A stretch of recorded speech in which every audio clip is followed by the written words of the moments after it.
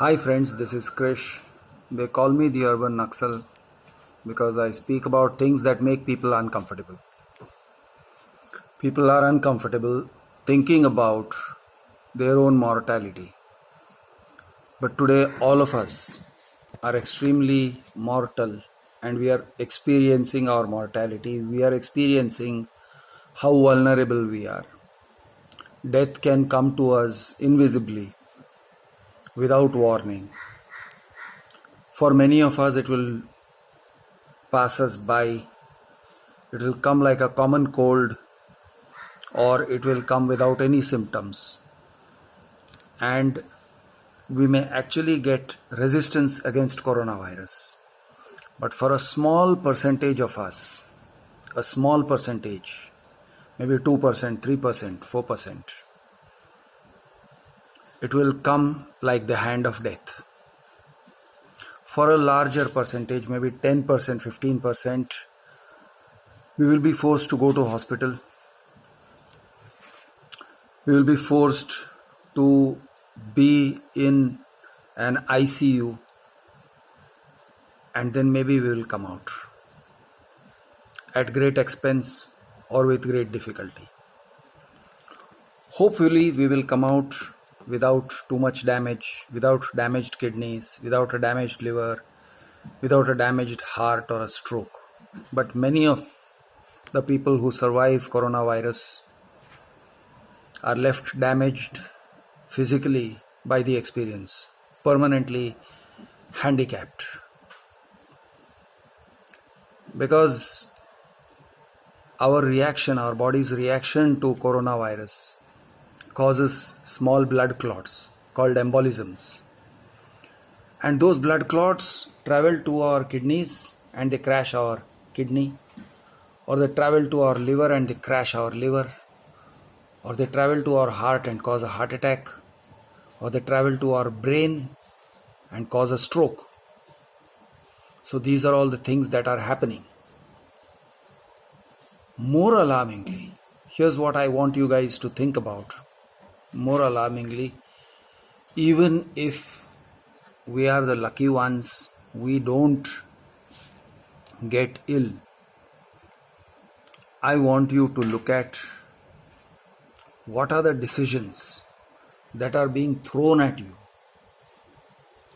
by circumstances and you are not able to control them.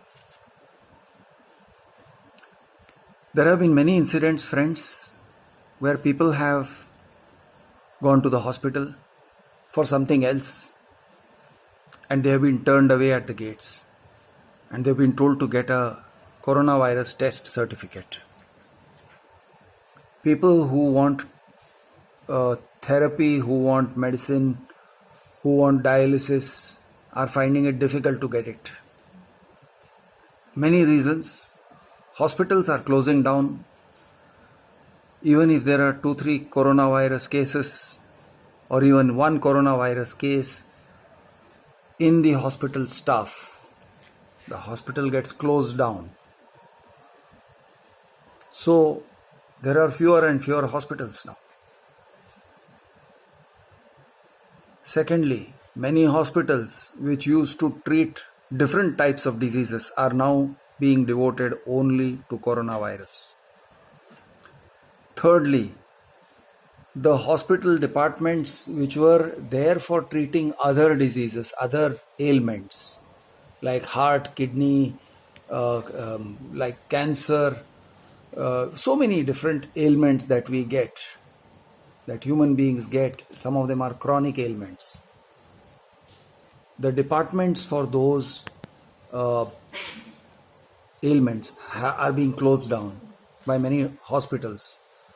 The system is being overwhelmed by coronavirus. Everything is about coronavirus today.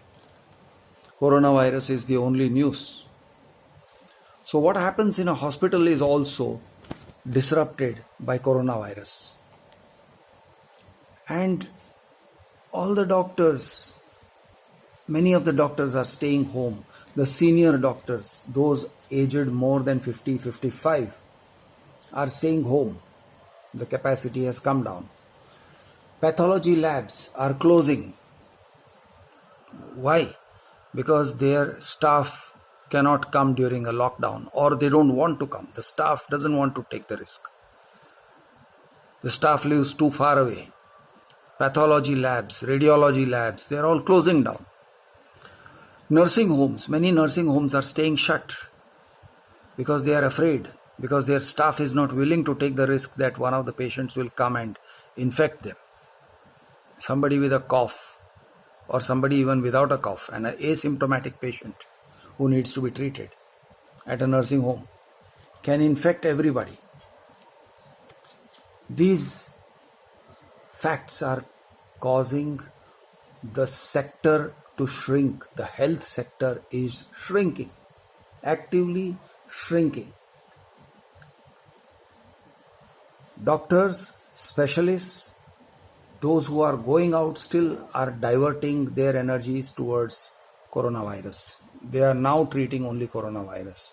Cancer surgeries, chemotherapy, radiotherapy, all those therapies, radiation therapy, all those things are happening less and less.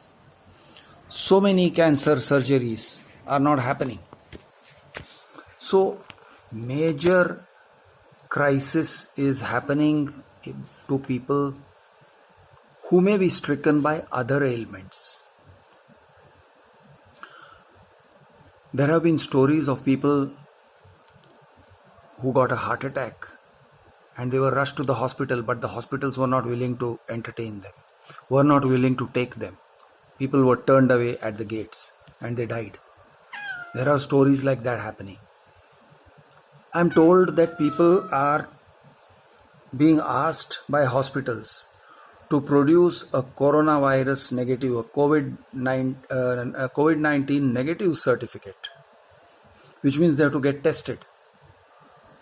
They have to get tested, so first they have to go to the doctor, get a prescription, get tested, and not only the patient, the person attending with the patient, the attendant of the patient has to get tested. And only then the patient and the attendant will be allowed to enter the hospital premises. There are these kinds of stories, many types of reports and stories going on. People are finding it very difficult to access medical facilities, and this is a fact. There are other facts, other very uncomfortable facts. People who are found to be COVID positive, they tend to be picked up from home by the police, by the BMC, and they are packed off, taken into hospitals, and on the way or at some point they are being asked to choose. Do you want to go to a government hospital or do you want to go to a private hospital? Which private hospital? Sometimes they are told there are no beds in a government hospital, go to a private hospital. Now the implications of this are serious and grave. If people are going to a private hospital, it is more expensive. It can be very, very expensive. I don't know how many people can afford the expenses. We, the middle classes, are relatively well off, but there are many people who can't afford such expenses, crushing expenses. I'll try to be more specific and give you more figures as soon as possible. But the expenses of being admitted to a private hospital and later maybe to an ICU and later being put on a ventilator or whatever are crushing. They can be crushing. They can be terrifying to people. Then there is another option. You go to a government hospital. The expenses would be relatively less, somewhat less. But if the expense is less, what happens to the quality? You don't know. There are people who talk about terrifying experiences. where they see people lying on the bed, dead people lying on the bed. There have been newspaper reports like that. It's terrifying. Now you are asked to make that tough choice and you are alone because you are attendant. Nobody from your family is with you. And you are asked to make a really tough choice. Do you want to be admitted to the government hospital or to a private hospital? Or they are told, you have to go to a private hospital, there are no beds in a government hospital. These are choices. It's tough. And you may have to hunt for beds.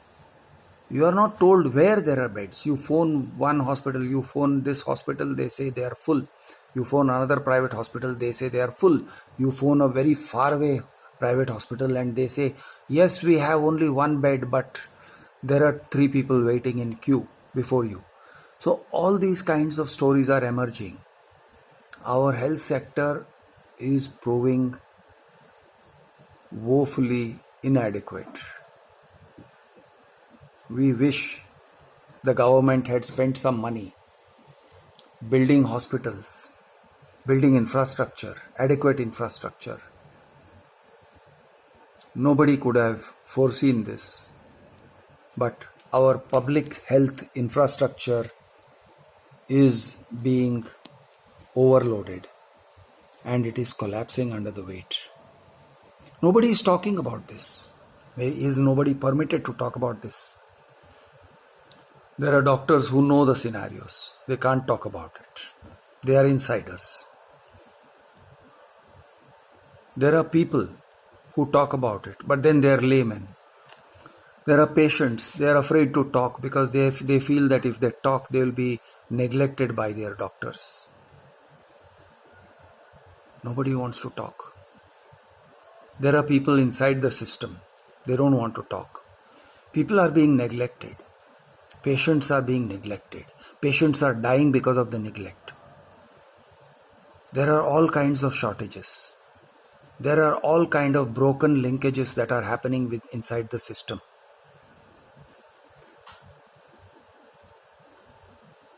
You got ward boys who are not turning up for work. You got nurses who are not turning up for work. You got doctors who don't want to turn up for work.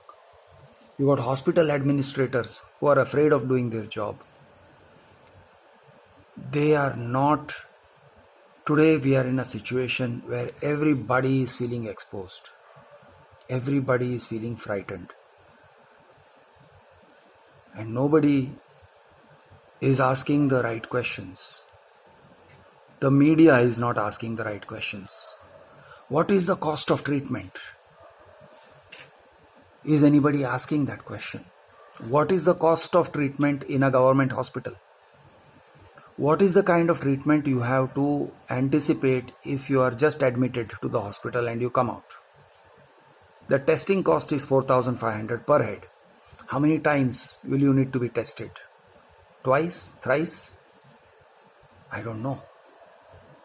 Are we answering those questions? Is somebody asking those questions? Is somebody telling us? Are there any guidelines? How much can a government hospital charge a patient? How much can a private hospital charge a coronavirus patient in these desperate circumstances? Is there a guideline? Is there a circular? Is there a directive from the government? I don't think so. I don't think so. There are no directives for hospitalization, for hospital admission.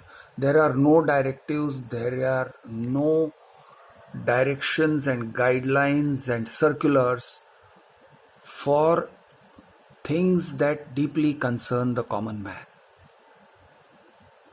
And yet here we are, we want to talk about all kinds of frivolous things. We want to talk about Arnab Goswami.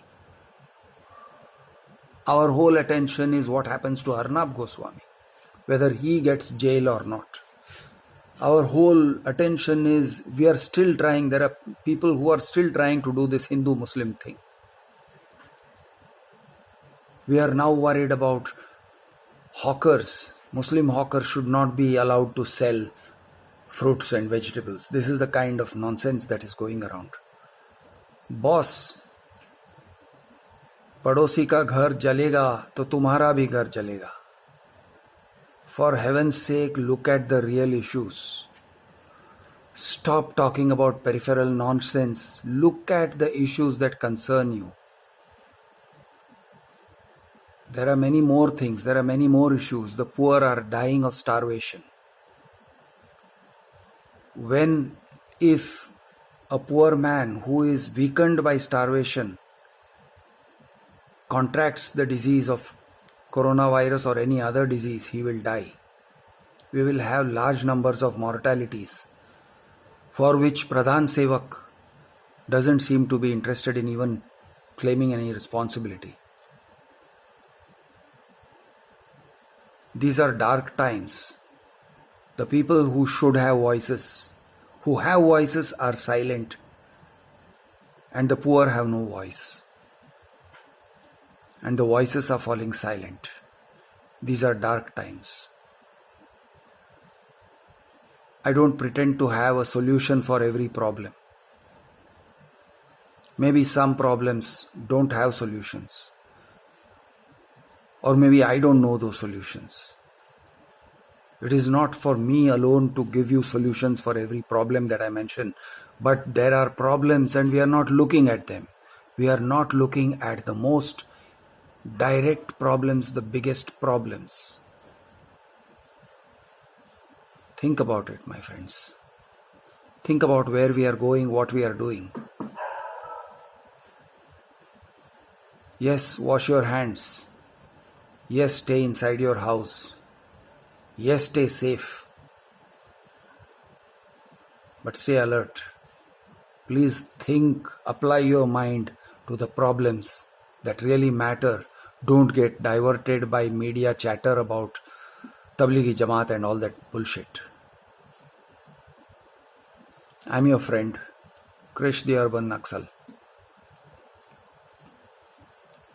Stay safe. Be well. Good night. Jai Hind.